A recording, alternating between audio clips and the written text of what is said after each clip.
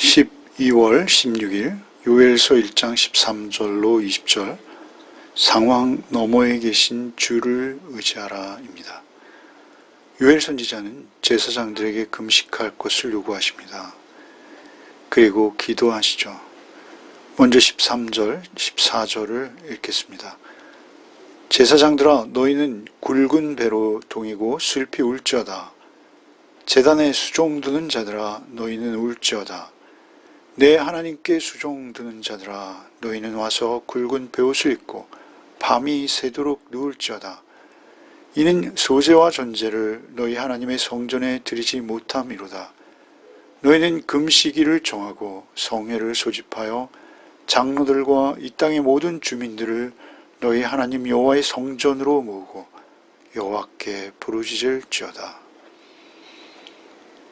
제사장들을 향해서 금식과 기도를 촉구하십니다. 선지자께서는 노인들을 시작으로 땅의 모든 주민들을 소환하셨고요.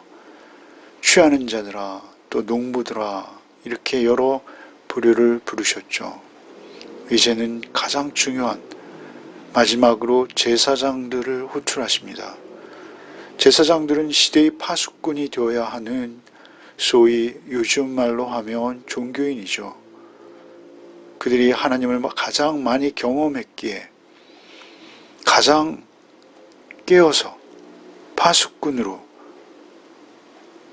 그 백성들에게 하나님의 음성을 전하며 그들이 잠들지 않도록 그리고 그들이 떨치고 회개하여 주께 하나님께 나아갈 수 있도록 그들이 길잡이의 역할을 감당해야 하는 것이죠. 그래서 울라 하십니다. 제사장들아 너희는 굵은 배로 동이고 슬피 울지어다. 울지어다. 제단에 수종드는 자들아 너희는 울지어다. 제사장은 제단에 수종드는 자이죠. 울지어다를 반복하십니다. 내 하나님께 수종드는 자들아 너희는 와서 굵은 베옷을 입고 밤이 새도록 누울지어다. 밤이 새도록 눕는다는 것은 집에 가지 않는 것을 말하는 것이죠. 요즘 우리가 철야기도 하면 밤 10시나 11시경까지 하는 기도를 철야기도로 하는데요. 여기서 밤이 새도록 누울지어다 라는 것은 기도한다는 것입니다. 밤이 새도록 날밤을 지새워 너희는 기도해야 한다. 이렇게 제사장들을 강권하시는 것이죠. 소제와 전제를 너희 하나님의 성전에 드리지 못함이로다. 그렇게 밤새도록 철야하며 기도해야 하는 이유는 무엇입니까? 그것은 예배가 끊어졌기 때문에 그렇습니다. 소제와 전제죠. 날마다 드려야 하는 소제와 전제를 드릴 곡물과 포도주가 없어지고 끊어진 것이죠. 이것은 자연물을 수확하지 못함으로 인해서 일어난 일입니다. 그러나 사실 내용적인 면에서는 하나님께서 징계하시는 중이기에 그들이 수확하지 못하였고 수확하지 못함으로 인해서 소제와 전제를 드릴 수 없이 되어진 것이죠. 너희가 하나님의 성전에 드리지 못하면 특별히 너희 하나님이라고 말씀하시죠. 여기에 울지어다 내 하나님께 수종드는 자들아 너희는 밤새도록 누울지어다. 내 하나님 하셨던 요엘 선지자께서 너희 하나님의 성전에 드리지 못하면 너희 하나님이라고 말씀하시죠. 내 하나님과 너희 하나님이 따로 계신 것이 아니죠. 하나님은 한 분이십니다. 그러나 하나님과의 관계 속에서 내 하나님과 너희 하나님은 엄연히 다를 수 있습니다. 가장 중요한 것은 기도는 누가 할 수 있습니까? 기도하는 자는 누구입니까? 그것은 하나님과의 관계 속에 있는 자들만이 기도할 수 있는 것이죠. 그래서 내가 경험한 하나님, 너의 하나님 앞에 너는 기도해야 한다. 철야 기도해야 한다. 이렇게 말씀하시는 것이죠. 너희 하나님의 성전에 드리지 못함이라 라고 할 때 성전이라고 또 하시죠. 성전이라는 것은 특별히 하나님의 임재를 경험하는 곳이죠. 우리가 사실 성전이기도 하지만 중요한 것은 당시의 성전은 하나님과 교제하는 장소를 의미하는 것이죠. 이 성전이라는 단어가 계속 반복되죠. 14절에도 성전, 16절에도 성전. 그러니까 이 성전이라는 의미는 무엇입니까? 그 하나님과의 관계, 슬피 울며 울어야 하며 기도해야 합니다. 그것은 왜 그렇습니까? 하나님과의 관계를 위해서인 것이죠. 14절에는 특별히 금식일을 정하라 이렇게 말씀하죠. 금식일을 정하고 성회를 소집하여 장로들과 이 땅의 모든 주민들을 너희 하나님 여호와의 성전으로 모으고 여호와께 부르짖을 자다. 이제 너희가 철야 기도하는 것을 나아가서 이제는 함께 기도하고 그들에게 기도를 요구하고 요청해야 하며 함께 금식일을 정하고 성회를 소집하여서 여호와의 성전에 부르짖어야 하는 것이죠. 하나님 앞으로 나와야 한다는 것입니다. 슬퍼하며 울어야 하고 기도해야 하고 그리고 빈손으로라도 하나님 앞으로 나가야 한다라는 것이죠. 소재와 전제 드릴 수 없어요. 그럼에도 불구하고 이사야 선지자께서 이사야 55장 돈 없는 자도 오라, 목마른 자 다 하나님 앞에 와야 한다라는 것이죠. 왜냐하면 하나님과의 관계가 회복되어지지 않고는 어떠한 회복도 일시적인 것이요 장구하지 못하기 때문에 그렇습니다. 하나님 앞에서만 기쁨과 즐거움이 있기에 그렇습니다. 우리가 세상에서 느끼는 기쁨과 즐거움은 헛될 수 있습니다. 헛된 것이죠. 하나님 앞에서의 기쁨과 즐거움은 영원한 것이죠. 그 영원한 즐거움, 영원한 기쁨, 그 성전으로 모여서 너희가 금식하며 금일 기도하고 철야할 때, 너희가 부르짖을 때 하나님께서 반드시 너희의 기도에 응답하신다라는 요엘 선지자의 초청인 것이죠. 그것은 하나님의 초청입니다. 그렇게 제사장들을 향해서 금식과 기도를 촉구하고 성회로 모이라 촉구하는 그러한 선지자께서는 이제 15절부터는 탄식하십니다. 탄식하며 하나님 앞에 직접 기도하시는 그러한 모습이죠. 기도로 이어지고 있습니다. 15절부터 20절을 읽겠습니다. 슬프다 그날이여 여호와의 날이 가까웠나니 곧 멸망같이 전능자에게로부터 이르리로다.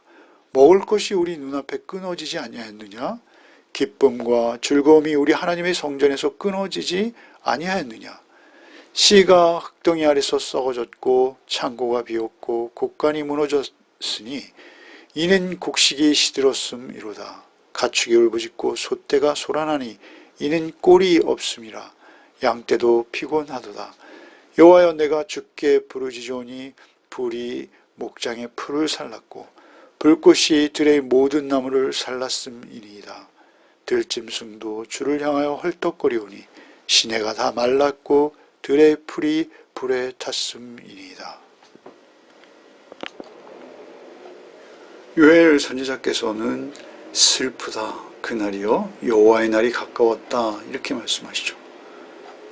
여호와의 날은 죄 재림의 날을 의미합니다. 하나님께서 심판하시는 날이죠. 요엘서의 중심 단어입니다.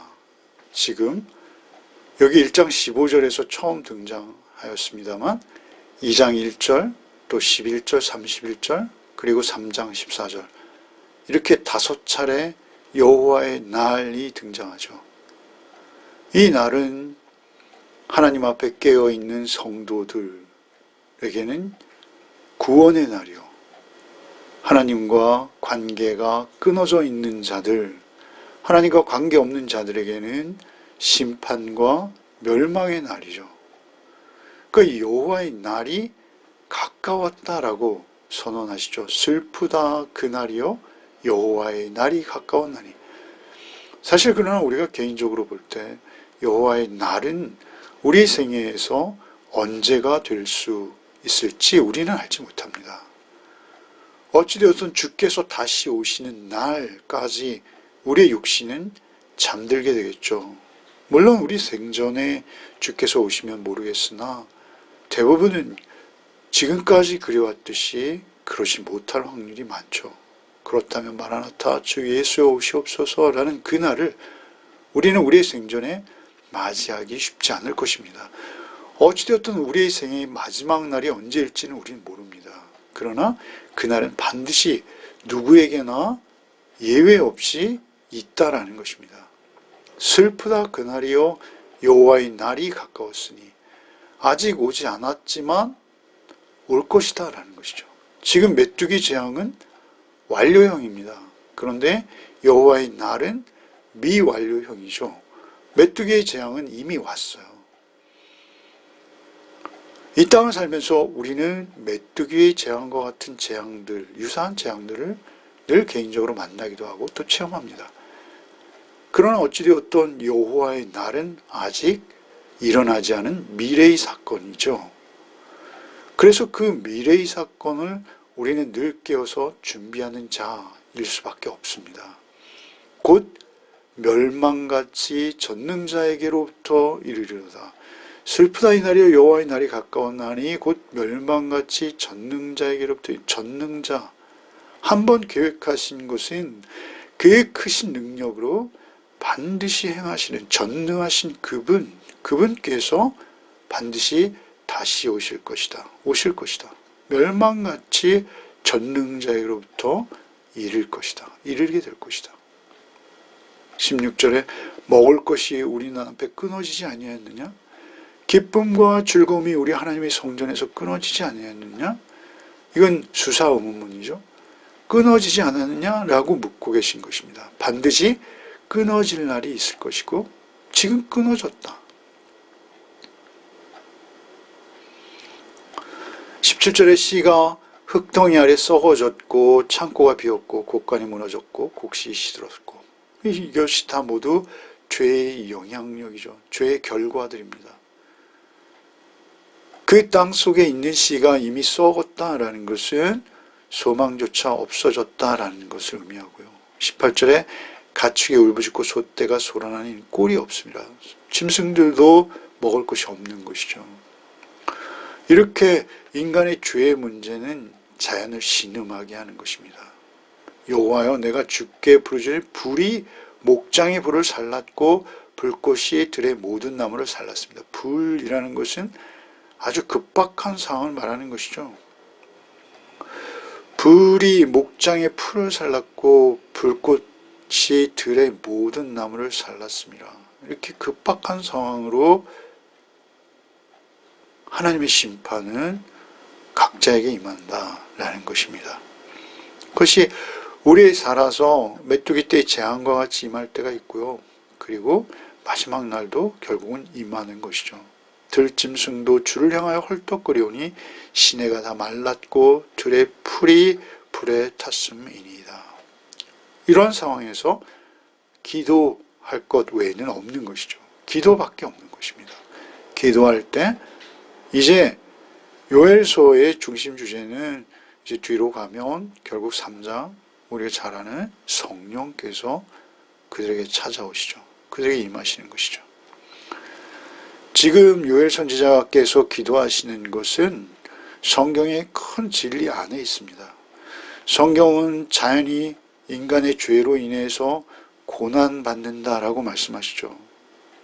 여러분, 아담과 하와가 죄를 범하자 땅이 가시덤불과 엉겅퀴를 내었다라는 것을 우리는 알고 있죠. 가인이 아벨을 죽였을 때 내가 밭을 갈아도 땅이 다시 그 효력을 내게 주지 아니할 것이요. 창세기 4장 12절 말씀이죠. 그러니까 밭이 예전 같은 생산력을 내지 못하는 것이죠.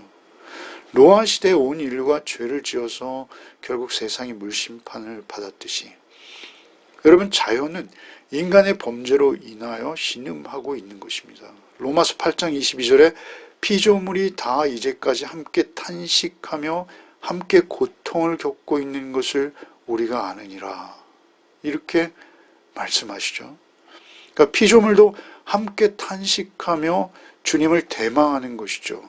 주께서 다시 오시기를 열망하는 것입니다. 이 땅이 회복되어지기를 바라는 것이죠.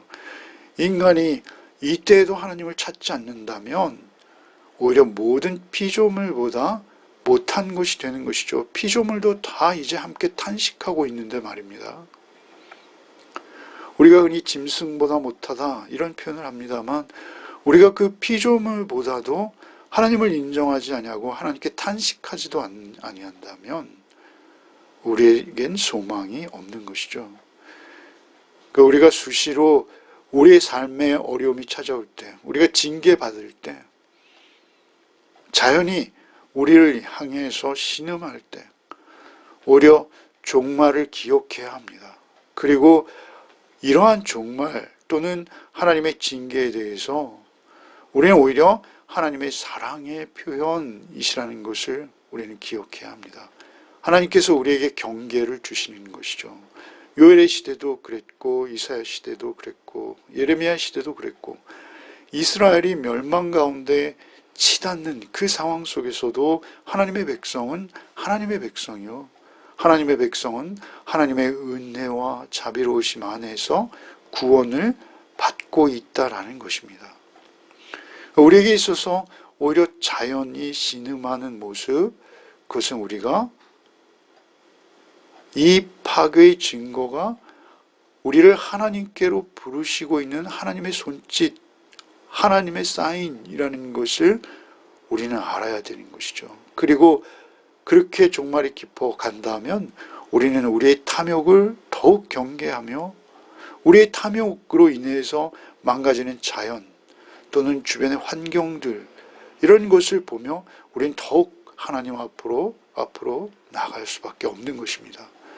결국 우리가 하나님 앞에 바로 서는 것, 하나님과의 관계가 회복되어지는 것, 그것이 여호와의 날을 예비하는 자의 삶이라는 것입니다. 오늘도 간단치 않은 도전이 세계 곳곳에서 있습니다. 코로나19와 같은 것은 전체적인 것이죠. 이러한 상황 속에서 우리는 우리 각자의 인간들의 모습을 봅니다. 우리의 모습 속에서도 참으로 이 고통을 전염시키는, 고통을 전이하는 우리의 그 죄의 매개체된 모습들을 발견하게 되는 것이죠. 하나님 앞에서 우리가 참으로 회개하며 돌이키며 늘 겸손한 마음으로 우리 주변을 돌아보며 하나님 앞에 그렇게 나아가야 할 것입니다. 늘 깨어 있어야 할 것이요. 늘 기도의 사람으로 오늘 하루도 하나님 앞에서 그 삶을 감당하는 그런 하루가 되시기를 바랍니다. 먹을 것이 우리 눈앞에 끊어지지 아니하였느냐? 기쁨과 즐거움이 우리 하나님의 성전에서 끊어지지 아니하였느냐?